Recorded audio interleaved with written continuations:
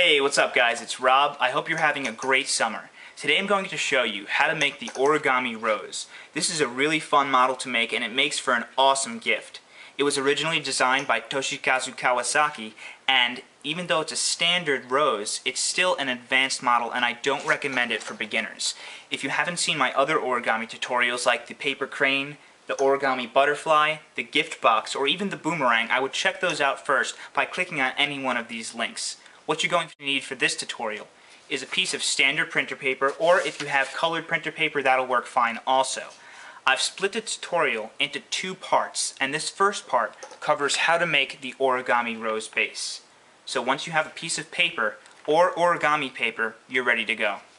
The first thing we need to do is to convert the printer paper into a square. So we're going to take this corner and we're going to align the top edge with the side edge by folding it across.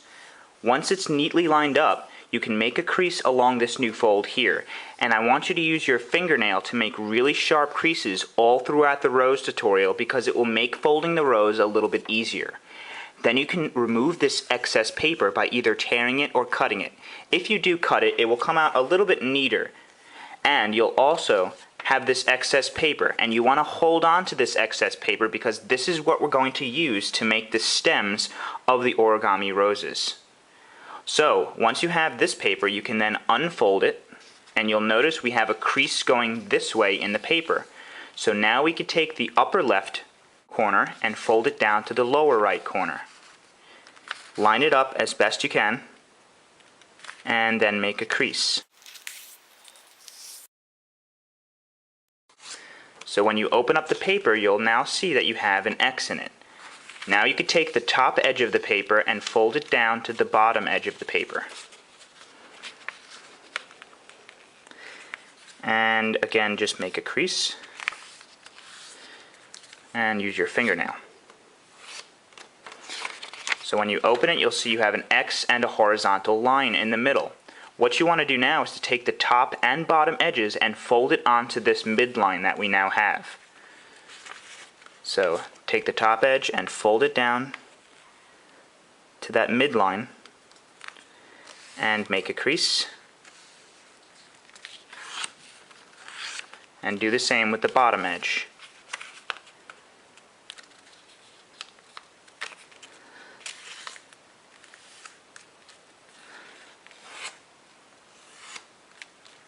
So when you unfold it, you'll now see that we have 4 horizontal sections. We're going to do the same going this way now, so just rotate the paper so that these lines are vertical, and then you could do the same by taking the top edge, folding the paper down in half, and make a crease. Open it up, and then once again fold the top and bottom edges onto the midline.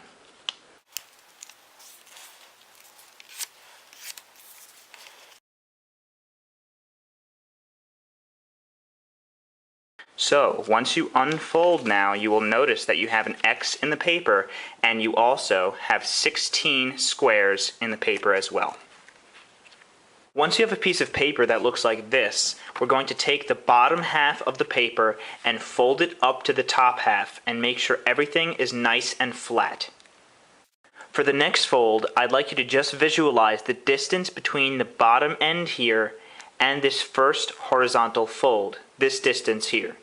Now, if you split that distance into thirds, we're going to fold up the very bottom third of the paper. So to help you visualize this, I have drawn on another model. Now, by all means, you do not have to draw on a model to understand this. However, I've just done this to make it easier for you to see. We're going to fold up the very bottom third of that distance. So you're going to fold it up just like that, and as you'll see, the amount that we have folded up, this space here, is the same space, same distance as the distance from the edge to that fold there. So, we're going to fold the bottom edge up until the distance that we have folded up is equal to the distance that we have remaining to that first horizontal fold. Just like that. So as you'll see, it's about the same, this distance is about the same as the distance that we have remaining. So it looks like half and half. Okay? Then you can make a crease along that new fold. And then you can unfold everything. And as you'll see, we now have those two new folds here. Now we're going to do the same the other way. So just rotate the paper, take the bottom half, fold it up to the top half, and then again we're going to fold the bottom edge up.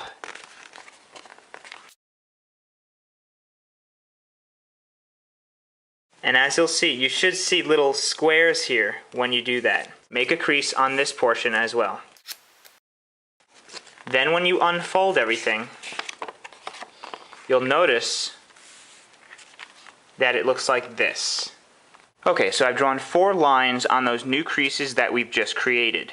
Those 4 creases need to be mountain folds. So what you do is you just fold downwards on that crease here.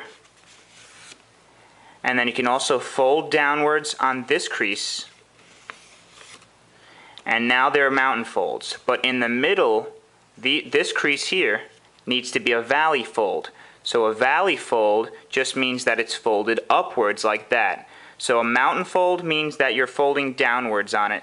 A valley fold means that it's folded upwards. So you have a mountain, a valley, and a mountain. And that creates what looks like an M. So just close those 2 creases together and then run your fingernail against both of them. And then do the same with the other 2. Fold downwards on this one.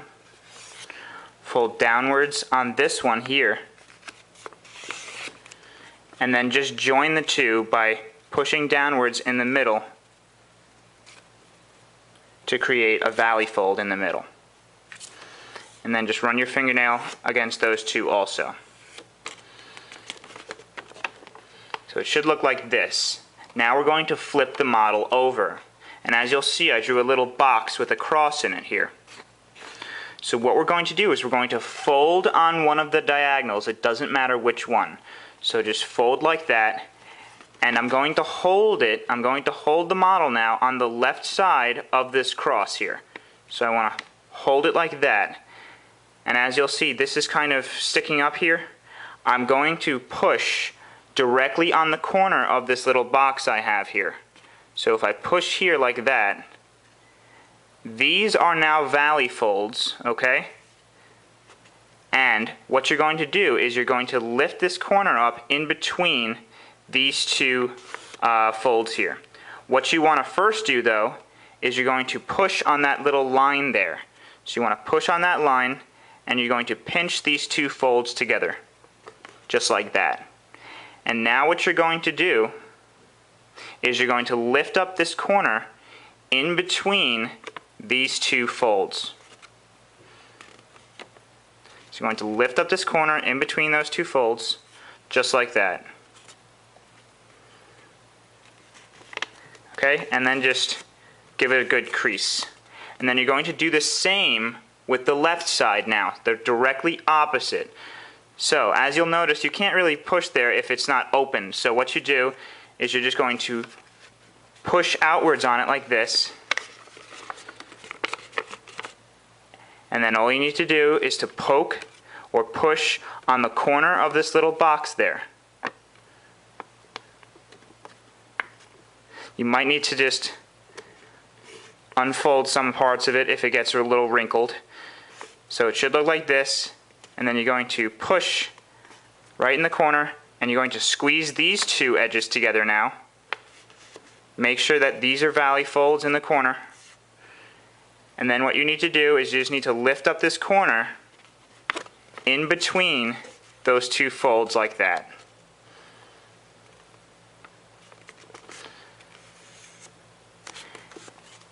And then just flatten it out like that. And you should have something that looks like this. Okay, so what we're going to do now is we're going to take this little tip here and we're going to fold it down so that it is flush with the rest of the triangle here. So just fold it down like this. until it's flush with the rest of the triangle, just like that. Then you can unfold it, and then we're going to take the tip and we're going to fold it directly onto that line, onto that fold that we just made. So just take the tip and fold it down like that, and then you could just crease it really good also. And then you could unfold that part too. Now what we're going to do is we're going to pick up the model, and as you'll see, this is where we tucked in this corner here, and this is where we tucked in that corner. We're going to do the same with this corner and this corner now. So just hold it like this, and you want to take these two mountain folds now, the ones that are sticking up, and you're going to squeeze these two together, and now you should be able to lift this corner up in between those two. So just pinch these two together like that, and this is kind of forming what looks like an X here. So just pinch these two together now, lift this up, and then just give it a nice crease. Then these two you can also pinch together like that, and then you could lift up this corner in between those two creases.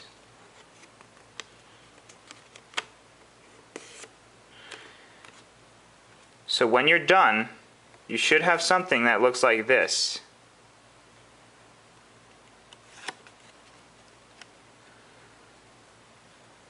So what we're going to do now is we're going to flatten the model out, and we're also going to flatten these little mountain folds out.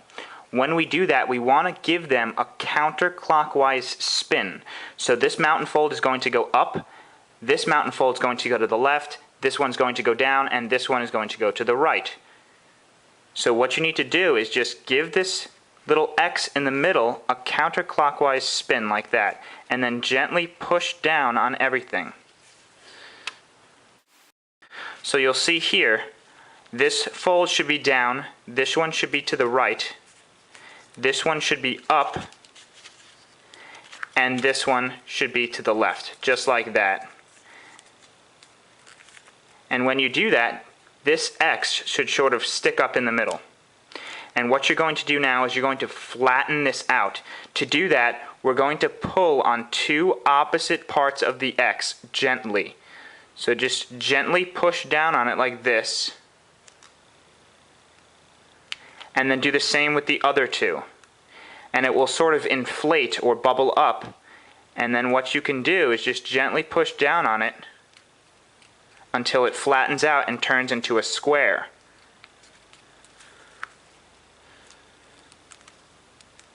So just push on that. It doesn't matter if it's a little wrinkled, it's not going to make a big difference in the end. But try to get it as neat as possible and flatten it out. So it should look something like this. So this is known as the rose base. And now you have these flaps flattened out. Remember, they're going in a counterclockwise direction. And when you flip it, you'll also notice you have 4 flaps here as well. Thanks for watching part 1 of my tutorial for the origami rose. I hope you found it helpful and that you were able to complete the rose base. To get to part 2, all you need to do is to either click the link on my hand or click one of the links in the video description or series playlist above. Before you go, don't forget to leave me a comment below. Any questions, feedback, or video responses, post them below and I'll be sure to take a look at them. Also, if you enjoyed the video, give me a thumbs up by clicking the like button down to the left. And if you want to follow my videos or subscribe for further notification, all you need to do is to click the subscribe or follow button above.